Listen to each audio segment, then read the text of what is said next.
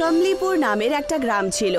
কমলিপুর গ্রামবাসীরা সব সময় হাসি খুশি সময় কাটাতো। গ্রামে ওদের কোনো রকমের চিন্তা ভাবনা ছিলই না। কতদিন হয়ে গেল গ্রামে কোনো রকম আয়োজনই হয়নি, আমাদের কিছু একটা করতে হবে, তাই না? আরে এমন কি করি বলতো যাতে গ্রামে উৎসব আসে? ওই দেখো, ওখানে রনক ভাইয়া এসে গেছে। ছোটবেলা থেকে ও শহরে চলে গিয়েছিল যাতে বড় লোক হতে পারে। ও চল গিয়ে দেখি যে ও গ্রামে কেন এসেছে।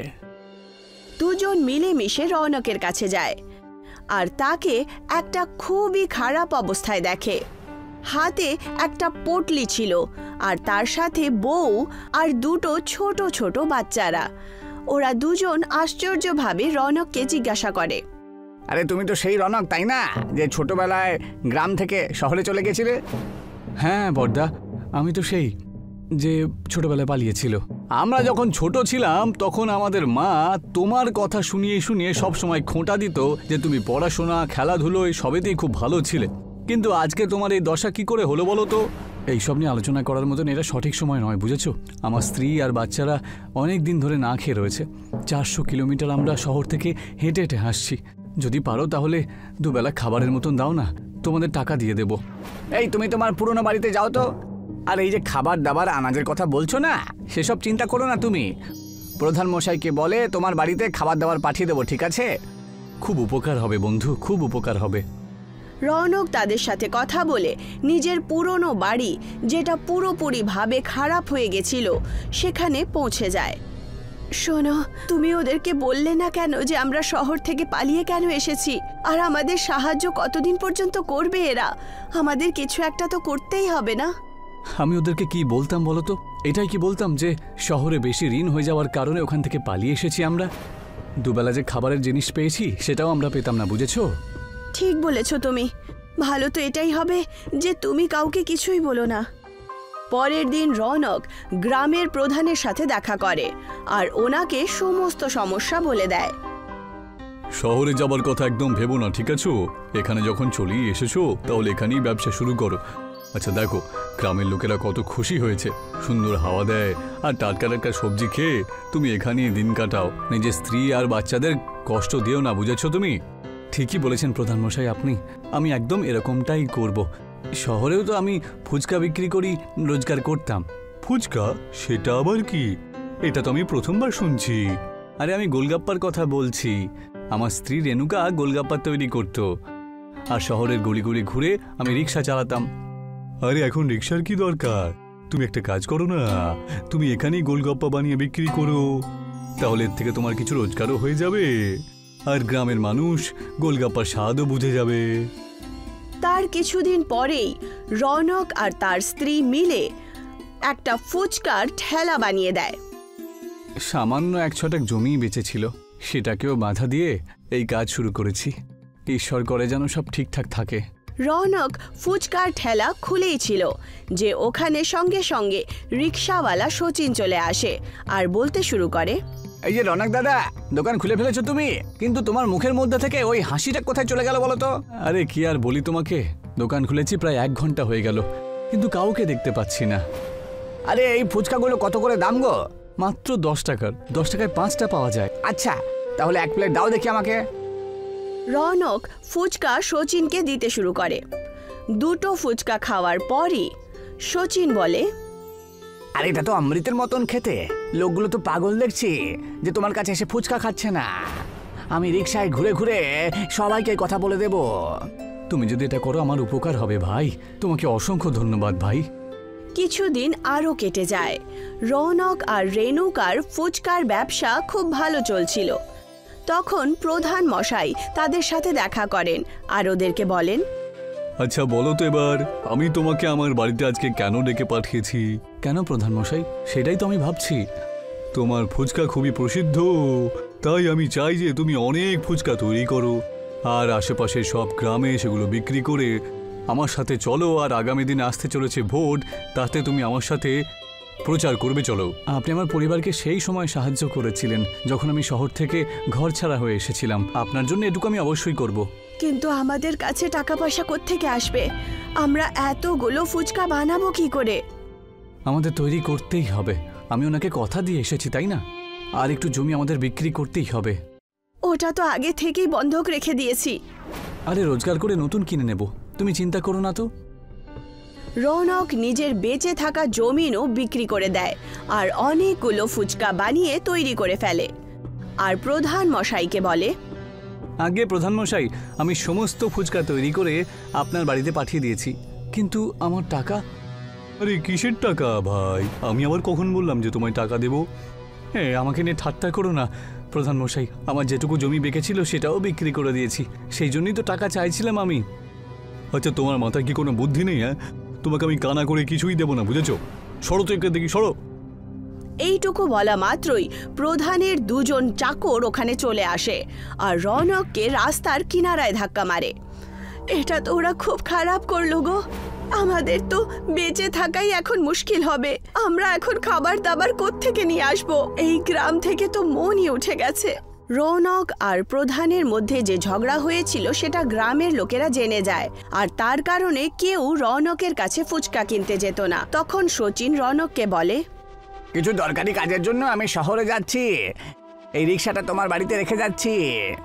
এই গ্রামে শুধু তুমিই আছে যে রিক্সা চালাতে পারে। যদি তুমি বলো তাহলে কিছুদিনের জন্য ব্যবহার করবো এটা। আরে কেন নয়, অবশ্যই। পরের সপ্তাহে আমি আসবো, ততদিন তুমি এটা নিয়ে ভাড়া বইও, কয়েক পয়সা তুমিও কামিয়ে নিও, আর আশেপাশের গ্রামের লোকেরা তোমাকে ভালো করে চিনেও ফেলবে, ঠিক কিনা?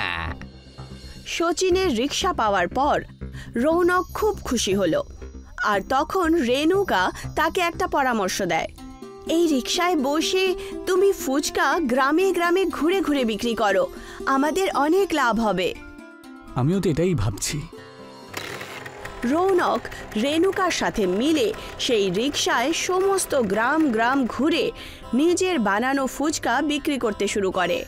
দেখতে দেখতেই রৌনক আর রেণুকা দুজনই রিক্সা ফুচকাওয়ালার নামে প্রসিদ্ধ হয়ে যায়। আমরা এক সপ্তাহেই আমাদের বন্ধক দেওয়া জমিন ছাড়িয়েছি, ভালো হোক ওই রিক্সাওয়ালার যিনি আমাদের রিক্সাটা দিলেন। আজকে আমি খুব খুশি হয়েছি। সব সময় ঋণ থেকে আমি পালাতে শুরু করেছি, আর আজকে আমার এমন মনে হচ্ছে যে আমি পুরো দুনিয়াকে জিতে নিয়েছি। ততক্ষণেই ওখানে শচীন একটা নতুন রিক্সা নিয়ে আসে আর তখন রৌনক বলে ওঠে, আরে বাহ ভাই বাহ, নতুন রিক্সা, এটা কার জন্য? আমার পুরনো রিক্সাটা আমি বিক্রি করার কথা ভাবছি। আমি এখন গ্রাম থেকে যাত্রীদের নিয়ে গ্রামে ছেড়ে দেওয়ার বদলে এখন আমি গ্রাম থেকে শহরে গিয়ে যাত্রীদের পৌঁছে দেব।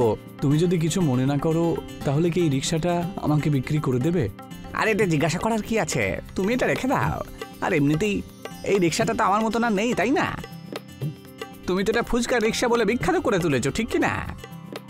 আপনার খুব দয়া হবে দাদা। রেণুকা আর রৌনক মিলে ওই রিক্সাটা কিনে নেয় আর দুজনই ওই রিক্সা ফুচকা বিক্রি করতে শুরু করে। সমস্ত লোকেরা খুব হাসি খুশি রিক্সা ফুচকা খেত। এখন ওদের দুজনের ব্যবসা আর ঘর দুটোই খুব ভালোভাবে চলতে শুরু করে। আমি বলেছিলাম না আমাদের ফুচকার ব্যবসা খুবই ভালো চলবে, তুমি দেখে নিও। হ্যাঁ সুমন, আজ তোমার জন্যই আমার সংসার থেকে অভাব দূর হয়েছে, নাহলে কি জানি আমার যে কি হতো। কাহিনীটি সেই সময়ের যখন সোনু আর সুমন নামের একজন দম্পতি রামনগরের একটা বাড়িতে থাকত। সোনু ফ্যাক্টরিতে কাজ করত আর সুমন সকাল সকাল তাকে লাঞ্চ প্যাক করে দিয়ে দিত। সোনু খুব পরিশ্রমী ছিল। আরে তুই এত পরিশ্রম কেন করছিস? তুই তো এই কোম্পানিটাকে একদম নিজের মনে করে নিয়েছিস। আরে বৌদি এত সুন্দর রান্না করে পাঠিয়েছে আর তুই ওটা না খেয়েই কাজ করে যাচ্ছিস। আরে তাড়াতাড়ি খোল, আমার খিদে পেয়েছে। আর আমাকে বল যে তুই কি নিয়ে এসেছিস। কি রে, আমার থেকে বেশি তাড়াতাড়ি তোর খিদে পেয়ে যায় কেন রে? সবে তো লাঞ্চ টাইম হলো, একটু দাঁড়া না। আরে লাঞ্চ করার হলে তাড়াতাড়ি করে নি আমরা। আর আমার জন্য টিফিনটা খুলতো তুই। আমি বৌদির রান্না করা খাবার খেতে চাই, ব্যাস। আরে তুই একটু থাম, আগে হাত মুখটা তো আমি ধুয়ে আসি নাকি। সোনু আর আকাশ হাত মুখ ধুয়ে খাবার খেতে শুরু করে দিল। তারা প্রতিদিন নিজেদের লাঞ্চ মিলেমিশে খেত। তারপর ওরা দুজন কাজ করতে শুরু করল। বিকেলে যখন তাদের ছুটি হলো তখন আকাশ সোনুকে বলল, আচ্ছা শোন সোনু, আজকে তোর দিনটা কেমন কাটলো রে? ওই একই রকম কাটলো আর কি, আলাদা করে আর নতুন কি হবে? আলাদা করে কি হবে সেটা আমি তোকে বলছি। কি হয়েছে বলতো, তোকে এরকম চিন্তিত দেখাচ্ছে কেন? আচ্ছা শোন, যখন লাঞ্চ টাইমের পরে আমি বসের কেবিনের দিকে গেলাম তখন আমি শুনলাম যে... আরে কি এমন শুনলি তুই? নিশ্চয়ই বস তোকে নিয়ে খারাপ কথা বলছিল, সেই জন্যই তুই চিন্তিত হচ্ছিলি। আরে এইসব তো চলতেই থাকে, কিন্তু আমি বসের মুখে এটা শুনতে পেলাম যে কোম্পানি নাকি একদম লোকসান হচ্ছে, তাই ফ্যাক্টরিতে যত ওয়ার্কার্স রয়েছে সবাইকে বের করে দেবে। আর এটা নাকি কাল থেকেই ওরা শুরু করে দেবে। সে কি রে, কি বলিস? যদি এরকম হয় তাহলে আমরা কোথায় যাব? এটা হতে পারে না ভাই, আমাদের পেট তো এই ফ্যাক্টরি থেকেই চলে, আর এই কাজ ছাড়া আমরা কোনো কাজও জানি না। যবে থেকে কাজ করা শিখেছি এই ফ্যাক্টরিতেই কাজ করেছি। হ্যাঁ রে, এই চিন্তাই তো আমাকে একেবারে খেয়ে ফেলছে। এখন যে কি করি কিছুই বুঝতে পারছি না। আকাশ আর সোনু সেই চিন্তাতেই হাঁটছিল। সোনু আকাশকে নিজের বাড়িতে কিছুক্ষণের জন্য নিয়ে এলো। তখনই ওখানে আকাশের স্ত্রী পূজাও চলে এলো। এ কি পূজা, তুমি এখানে কি করছো? তুমি আসতে পারো তাই না, আমি আসতে পারি না? সুমন বৌদি আমাকে ডেকেছে, বলছিল যে ফুচকা বানাচ্ছি, খেতে চলে এসো। ভালো হলো যে তুমিও চলে এলে, এখন তোমাদের দুজনের জন্য ফুচকা নিয়ে আসছি। পূজা আর সুমন আকাশ আর সোনুর জন্য ফুচকা নিয়ে আসে। সুমন খুবই সুস্বাদু ফুচকা বানাতো। ওর ফুচকা আকাশ আর সোনু খুব পছন্দ ছিল। সোনু প্রায় সময়ই তার হাতের ফুচকা খেতে এখানে আসতো। আরে বৌদি, রান্না তো তুমি দারুণ করো, আর ফুচকাগুলো তো তুমি তার চেয়েও ভালো বানাতে পারো। এই ফুচকাগুলোর মধ্যে সত্যি একদম জাদু রয়েছে, যতই খাই না কেন কম মনে হয়।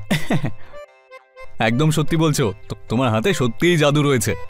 তুমি যে ফুচকাগুলো তৈরি করো সেগুলো সাইজে এতই বড় হয় যে একটা খেলেই জমে যায় একেবারে। তোমার হাতের ফুচকা খেয়ে আমাদের সব চিন্তা দূর হয়ে যায়। চিন্তা? কিরকম চিন্তা? কোন চিন্তার কথা বলছো তুমি?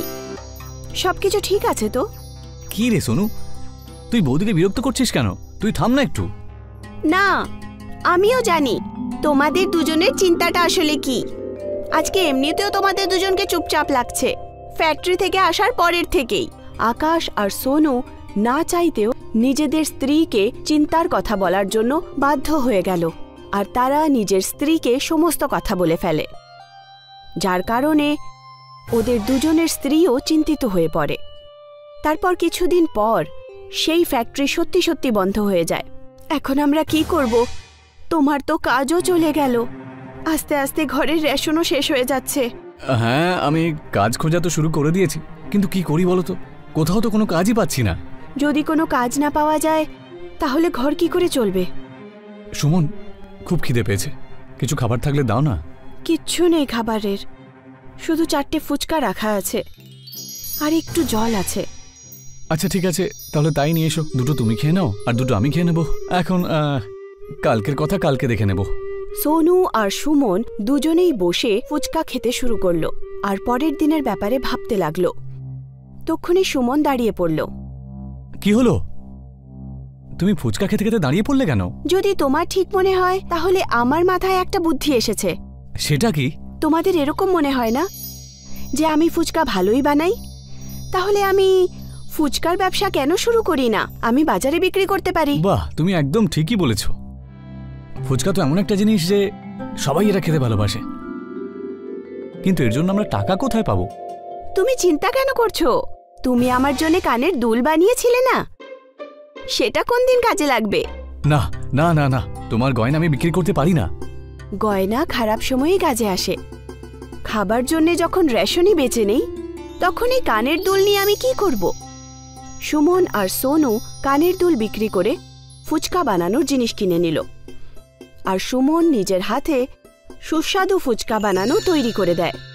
সোনু আর সুমন ফুচকা বিক্রি করার জন্য বাজারে চলে যায়। ফুচকা ফুচকা ফুচকা, ঝাল টক ফুচকা, ঝাল টক ফুচকা, ফুচকা ফুচকা ফুচকা, একবার খেলে বারবার খেতে ইচ্ছে করবে। ফুচকা ফুচকা ফুচকা, একবার খেলেই খেতে ইচ্ছে করবে আবার। বাজারে অন্য আরো ফুচকার দোকান থাকার কারণে তাদের দোকানে কেউই ফুচকা খেতে আসছিল না, যার কারণে 3 দিন পর্যন্ত তাদের ফুচকা বিক্রি হলো না।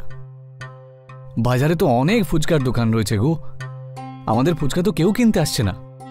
যদি এইভাবেই চলতে থাকে তাহলে এই দোকানপাট তুলে আমাদের বসে থাকতে হবে, বুঝেছো?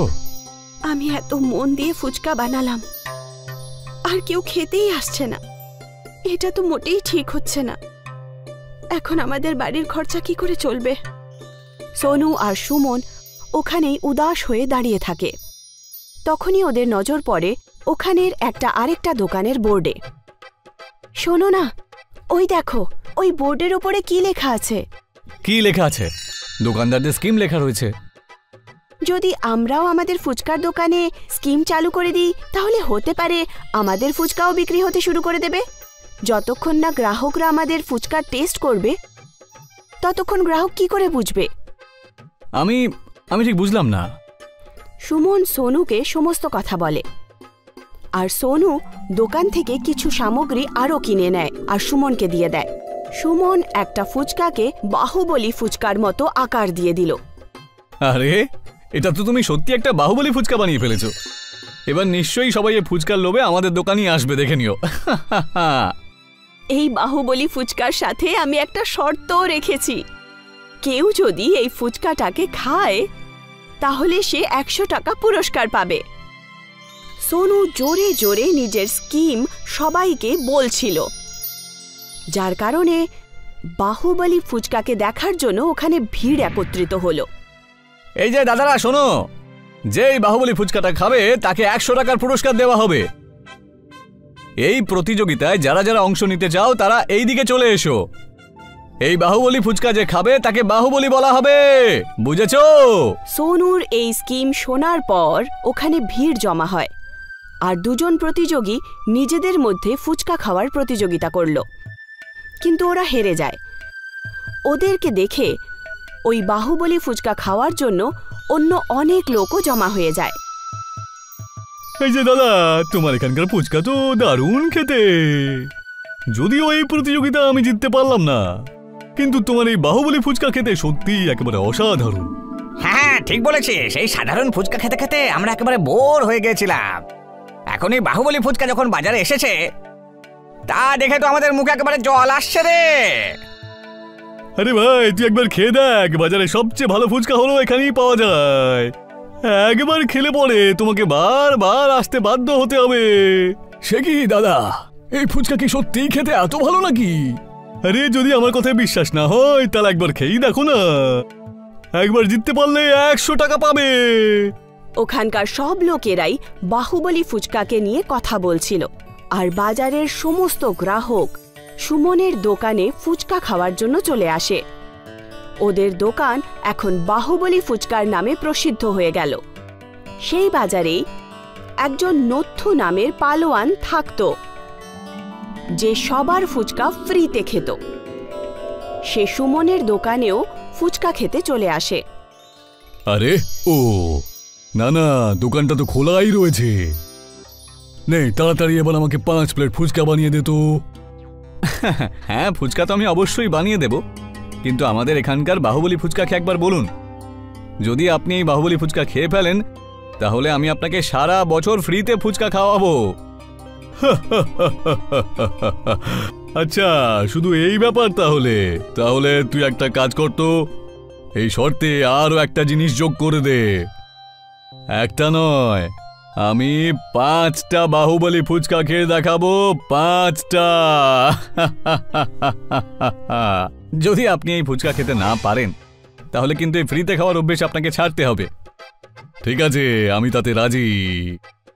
নথ্থু পালোয়ানের সামনে 5টা বাহুবলী ফুচকা রেখে দেওয়া হলো, আর নথ্থু বাহুবলী ফুচকা খেতে শুরু করে দেয়। কিন্তু সেও এই প্রতিযোগিতায় হেরে যায়, আর সে নিজের শর্ত অনুসারে ফ্রিতে ফুচকা খাওয়া ছেড়ে দেয়। সব লোকেরা সোনুকে অনেক অনেক ধন্যবাদ জানায়, আর তার এই চেষ্টার জন্য বাহবা দেয়।